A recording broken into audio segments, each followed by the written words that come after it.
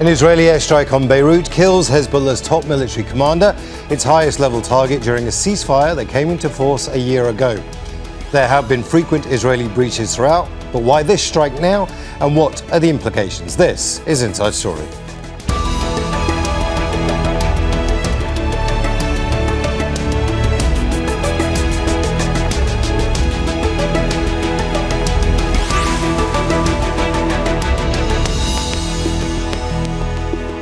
Hello and welcome to the programme. I'm Imran Khan. An Israeli airstrike on Beirut has killed Hezbollah's top military commander and 4 other people, underlying the fragile nature of Lebanon's uneasy peace. It's the latest among many Israeli breaches of a ceasefire brokered a year ago under US direction. Israel says Hezbollah too has broken the truce. Along with the US, Israel is demanding the Lebanese government force the group to disarm. But that presents challenges for President Joseph Aoun, who strongly condemned Sunday's airstrike. He's facing pressure from all sides, the US, opposition from Hezbollah and continued Israeli aggression. So why did Israel carry out this attack now? And what are the implications and dangers it poses? We'll speak to our guests shortly, but first this report by Katia Lopez-Hodillo. The aftermath of an Israeli attack in Lebanon's capital. The target, Hezbollah's top military commander, Haitem Tabtabai, is the highest-ranking member of the group to be killed since the ceasefire came into force a year ago. It's increased fears that more violence will follow. This attack on Beirut's southern suburbs crosses a new red line, a line that was previously crossed. The ceasefire hasn't stopped Israel from bombing Lebanon almost daily over the past year. Sunday's attack was the first on Beirut in months, but strikes in the south of the country have intensified in recent weeks. UN peacekeepers have recorded more than 10,000 Israeli air and ground violations since the end of November 2024, and Lebanon's health ministry says more than 300 people have been killed. Lebanon's government is under increased pressure to force Hezbollah to surrender its weapons, one of the conditions of the truce deal. The group has refused, insisting Israel must first withdraw its forces from southern Lebanon and stop its attacks, both also conditions of the agreement. The state's plan for Hezbollah to disarm by the end of the year is far from meeting its deadline. Israel continues to insist on the full enforcement of the ceasefire agreement with Lebanon while taking steps to ensure our security. We will not allow Hezbollah, the terror organization, to recover. The assassination comes amid tensions in neighboring Syria, where Israeli Prime Minister Benjamin Netanyahu recently visited troops along the buffer zone, a provocation, critics say, intended to stoke fear. Now a year into the ceasefire between Israel and Lebanon, there are questions about whether the fragile agreement will hold, or if the latest attack signals a new phase, part of a strategy of escalating Israeli aggression. Katia Lopez-Hodillo, Al Jazeera for Inside Story. Now let's bring in our guests. Joining us from Beirut is Joe Macaron, a geopolitical analyst specialising in US strategy in the Middle East. And Nadim Houry is the Executive Director of Arab Reform Initiative. He joins us from Paris. And in Tel Aviv is Alon Pinkas, a former Israeli ambassador and Consul General of Israel in New York. A warm welcome to you all. I want to start with you, Nadim, in Paris. Just 2 days ago, Joseph Aoun said he was willing to reopen negotiations with Hezbollah. There was a confidence in the air that they could get to a deal by the end of the year. Then this attack has happened on Hezbollah. Hezbollah have always said that whilst there are these ceasefire infractions taking place, that they can't meet their demands, the demands to disarm. Do you have any sympathy with that position from Hezbollah?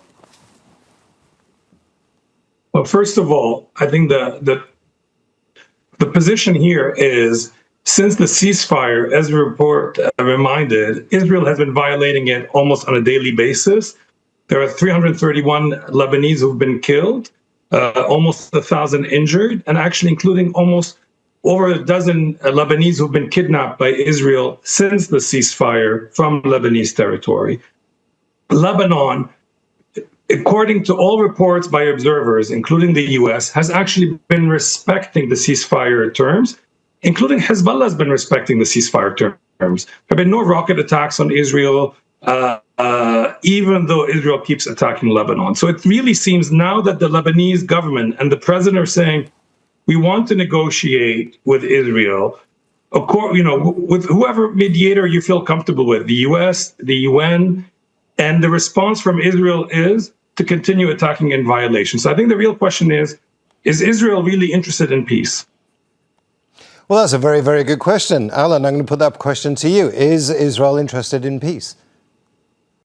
Oh, it's a very. I can only agree with you that it's a very good question, because according to the signs, the answer is no, or at least not in the sense that we all mean collectively what peace means. Look, in terms of why Israel is doing this, there are two ways of looking at it. One is the military reaction. And that is that Israel said repeatedly that it would not tolerate Hezbollah rearming, regrouping, restoring its military power, even if it's gradual. And that's exactly what Hezbollah is doing. Parenthetically, it just shows you the unfounded and mendacious claims that Mr. Netanyahu has made, that he slammed and degraded and annihilated Hezbollah to the point of incapacitating it. The answer is he did not. Israel did not. And so Israel adopted in the last year a policy that it calls zero containment, meaning that it would not stand by idly as Hezbollah regroups. And that is based on the notion that even though the ceasefire agreement was signed a year ago, 27th of November to be exact, it was never feasible or enforceable that the Lebanese army would actually disarm Hezbollah. And that has to do with relations, political relations and political equations within Lebanon. But Nadim was right that Hezbollah and Lebanon as a state, and Hezbollah being a state within a state to a degree, they did not violate the ceasefire, which leads me to the second perspective here. And that is that Mr. Netanyahu, given that the focus is on Gaza, that the Americans set up a base in southern Israel, that they're flying drones over Gaza, that everyone is concentrating on Gaza. There was a UN Security Council resolution just last week concerning Gaza and the International Stabilization Force, et cetera, et cetera. But Mr. Netanyahu has a vested political interest in maintaining a war atmosphere. Since Iran is too big a risk and Gaza is too much under the international microscope, at least for now, Lebanon remains the most convenient arena for him to maintain this level of we're in a war, it's a seven-front war, et cetera, et cetera. So I'm not surprised by these violations. By the way, Israel. Sorry, Alon, I'm just gonna stop you there. The reason for that distraction, let's be absolutely clear about this, is because Netanyahu has court cases that are going through. He's under a lot of pressure from the court to finish those court cases. He's facing perhaps jail time. All of this is for him to seal his political legacy. Now, I'm going to come to Joe in Beirut. Joe, just a follow-up on this. It was the US that really pushed this ceasefire through. Now, you're an analyst who specialises in US strategy in the Middle East. What was the current thinking now about this ceasefire? It keeps getting violated 1,200 times in the last year. I mean, firstly, ceasefire was adopted by the past administration in concert with the current administration. And second, it wasn't like a ceasefire. It was a clear mechanism and a clear benchmark and a clear timeline. So this needs to be clarified. And it's not only about international law, it's about who can enforce the rules of engagement. This has always been the case across the Lebanese border. The Israeli now feel they are in power, they are enabled by the US. And now I don't think the Gaza ceasefire was able to restrain them from the U.S. perspective, whether even in Gaza and even in Syria. So they had the intelligence information about the Hezbollah leader, and they acted on it on the spot. And this is what's happening now. They are trying to preempting any movement. So the U.S. now, I don't think the Lebanon is a priority for them. That's first. And second, they're expecting the Lebanese government to do the job, regardless of what will happen with Iran and other aspects of Lebanese politics. And we're stuck in this now, in this vicious cycle where either the Lebanese have to disarm and potentially have domestic stability, or there'll be a war, or there's a path of negotiation that doesn't look like as promising, at least from this moment now.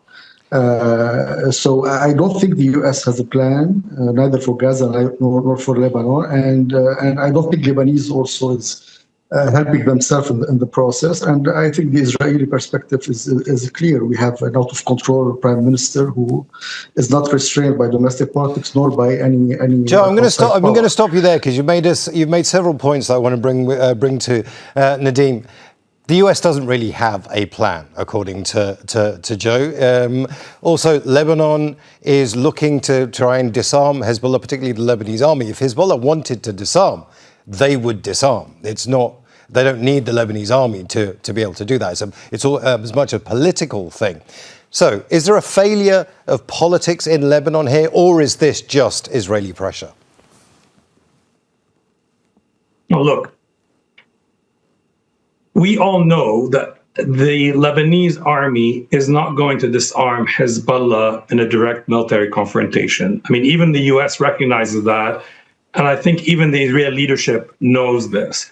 The current government in Lebanon and the current president have gone as far as they can. Now, some Lebanese want them to go further, but short of military confrontation with Hezbollah, they've taken a clear decision. And what they've said to the international community and indirectly to Israel is, give us some cards, give us some arguments that we can use to convince not Hezbollah directly, but those who support Hezbollah and those who fear, basically the Shia in the south, that coming back into sort of under the protection of the state has benefits. Unfortunately, Israel has denied them any card.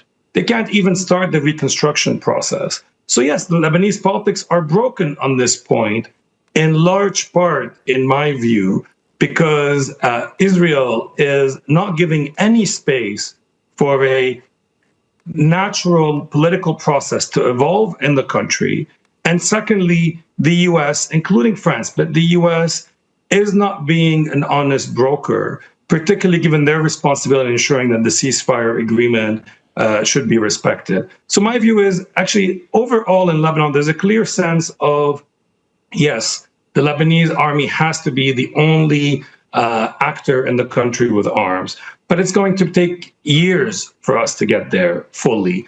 But interestingly, what the Lebanese army has been able to do in the last few months in terms of deployment to south of the Litani has actually exceeded expectations of most international observers, including American and French ones, and notably American ones are not known to be biased for the Lebanese on that. So I think we need time. The Lebanese need time that Netanyahu and his government and the Israeli army are not giving the Lebanese to do this. And meanwhile, mediators are not playing their role. So yes, they're trying to, I don't know what Israel really wants. Does Israel really think that the Lebanese army is going to enter into another war with Hezbollah while Israel continues to occupy Lebanese land, while Israel continues to actually kidnap Lebanese citizens?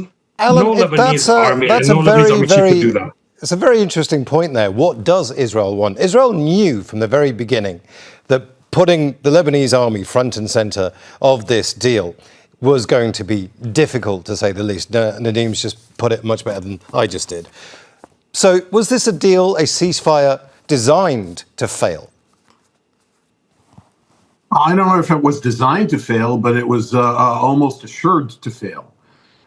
and look, Joe said that Lebanon is not a U.S. priority, and Nadim said that the mediators are not doing their job. And all I can do is agree 100% with both Joe and Nadim. And that goes back to the point I made to you, Imran, that this became the most, tragically, this became the most convenient arena for Mr. Netanyahu to continue war. And he thinks, and I think he's wrong, but nonetheless, he thinks he controls the escalation. By controlling the escalation, meaning that he decides, when to intensify military activity, assuming he can then bring it down back in scale. That's usually a miscalculation in these kind of occurrences because killing Mr. Tabata from Hezbollah and his predecessors throughout 2024. Led Mr. Netanyahu to boast and brag. But these people were all replaceable.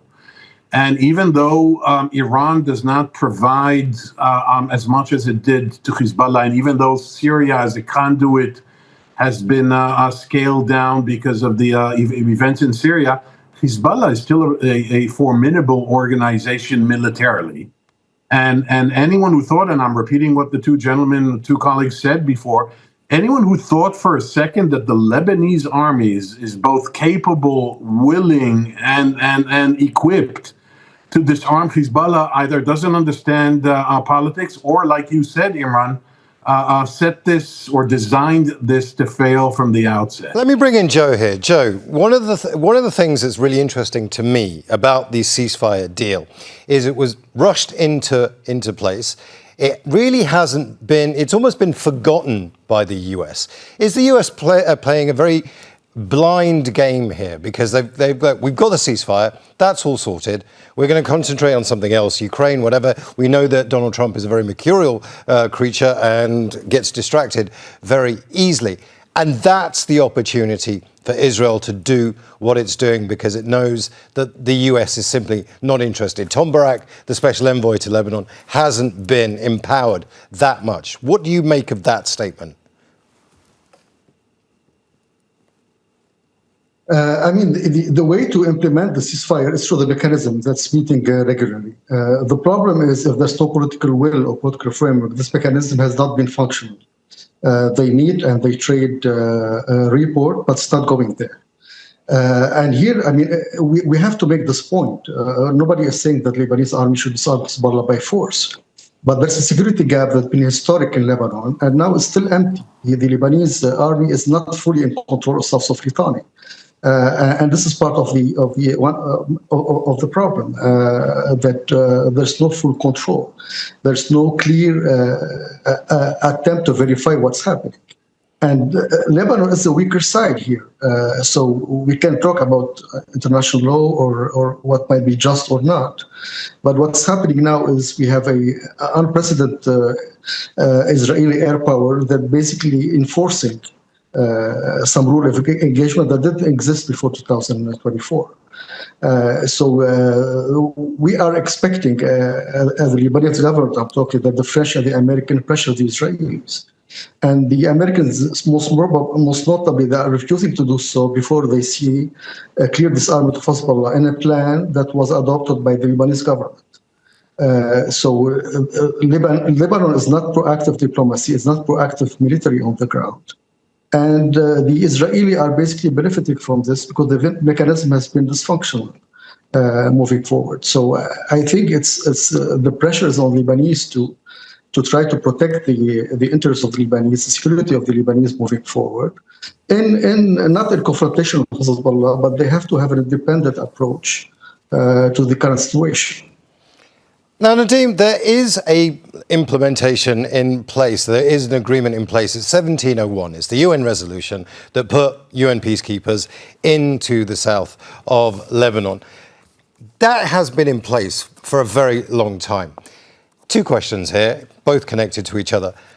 Has 1701 failed, and is it time for the Lebanese to try and negotiate 1702 effectively, a new agreement?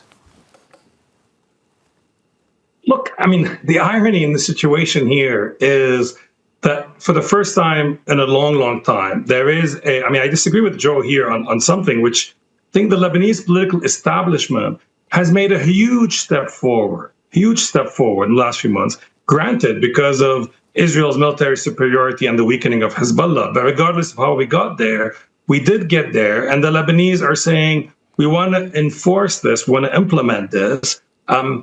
Who's putting pressure? I mean, who refused to renew UNIFIL with the exception of just one additional year? The U.S., basically. So there's a sense, I think in the past, because of Syrian control, because of Lebanese division, because of Lebanese incompetence, the corruption of our political elites, all of the above, Lebanon had not been serious about protecting its country. Now you have a historical moment where you actually have leadership saying, we want to do it. And the problem is Israel and Netanyahu keep moving the goalpost. And the U.S., instead of supporting the Lebanese in a process, and actually, yeah, sure, have a roadmap, say this has to happen by then, they're not giving any carrots. It's only sticks. And sticks alone are not going to be sufficient. In my view, 1701 is good enough. We know what is needed to negotiate. We saw Lebanon, Israel, they were able to negotiate the maritime border. They can do it as well for the land border. But there's one thing that none of us can deny, is Israel is today occupying 5 points, not points, strategic points inside Lebanon. In the ceasefire agreement, that was clear. Israel was supposed to withdraw from these points. And also, actually, just Nadim, to say, that brings me very nicely. If there's a violation, they're supposed to give it to the monitoring committee. That actually brings me very nicely to my next question, which is about what Israel does next. Now, Israel keeps pushing Hezbollah. So far, Hezbollah hasn't really responded in that fashion that we perhaps would have expected 12 months ago, where we were expecting rockets on Tel Aviv. Israel but is Israel still pressing Hezbollah? Where's the end game for this, Alon? Is it going to be tanks like 1982 in Israeli tanks in Beirut? Is there going to be a full-scale invasion? Because if they keep pushing this and Hezbollah eventually cracks and fights back, that's escalation, right? Well, I certainly hope not, because not one of Israel's invasions into Lebanon produced any tangible benefits for anyone other than death, misery, bloodshed, and tragedy.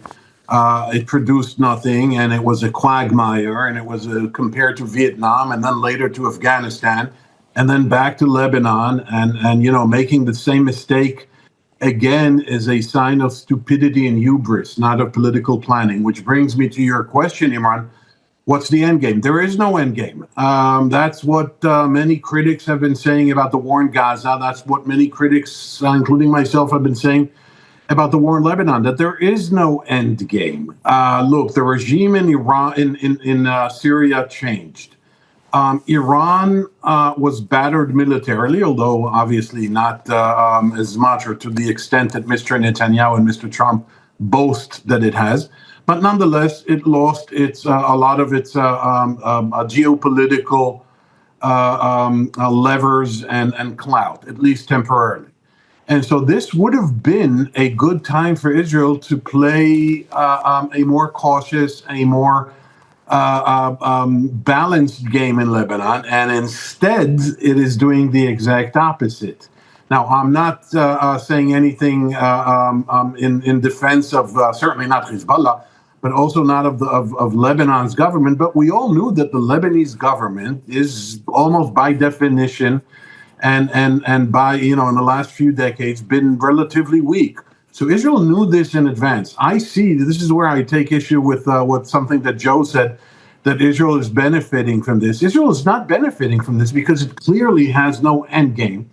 And the worst thing that could happen goes exactly to your premise, Imran, and that is,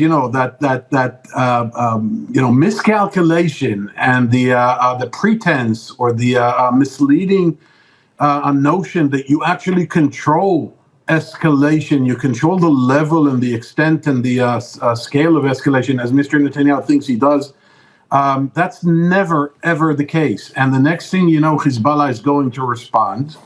And the next thing after that, Israel will say, well, if Hezbollah is firing rockets on Tel Aviv, how could we sit idly? And we will bomb Lebanon, and Hezbollah will then retaliate.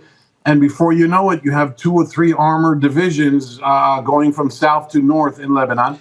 Alan, let me put that point to Joe. Joe, one of the things that Alan just said, which I thought was very interesting, is that this idea that there isn't really a balanced approach right now by Israel to Lebanon. But I don't think there's ever been a balanced approach by Israel towards any of its neighbours, particularly Lebanon. Are you fearful that we could get into an escalation that the Americans then have to step in and then it just becomes the 1980s all over again? I don't think we are going to go back to the 1980s. They don't have the Israelis. They don't need to have a end game because now they are trying to have they have unlimited U.S. support to basically strike whenever they want. They don't need the war, an expanded war. They already have a mini war going on since the ceasefire. They can target any point in Lebanon whenever they want. And the status quo now is benefiting both Hezbollah and the Israeli. The Americans now are not trying to deal with the problem. Once it gets bigger and explode, the Americans will intervene, try to find a way out. But now they are using the pressure of the Lebanese government to basically pressure Hezbollah economically, militarily, and financially. And obviously, this creates a problem in Lebanon because you have a target of a specific community and create an ambivalent country somehow. But when we try to argue that the Lebanese government should step aside because we are under unprecedented pressure, that's the Trump administration, and we have to have a daylight between Hezbollah and the government. We don't see it on the security aspect. I went to South Lebanon. We don't see the Lebanese army very present.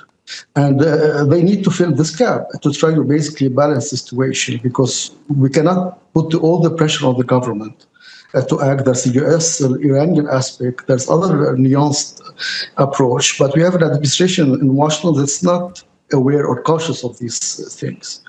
So how to approach it, this is the big challenge. The Israelis are enjoying now the current status quo because they can do whatever they want. They don't need a war. But this doesn't benefit Lebanon on the short term or on the long term. Well, sadly, gentlemen, we are out of time. I could have continued that discussion for a very long time, but I want to thank you all, Joe Macaron, Nadim Houry and Alon Pinkas, and I want to thank you too for watching. You can see the programme again anytime by visiting our website, aljazeera.com. And for further discussion, go to our Facebook page. That's facebook.com/AJ Inside Story. And you can also join the conversation on X. Our handle is @AJ Inside Story. For me, Imran Khan, and the whole team here, bye for now.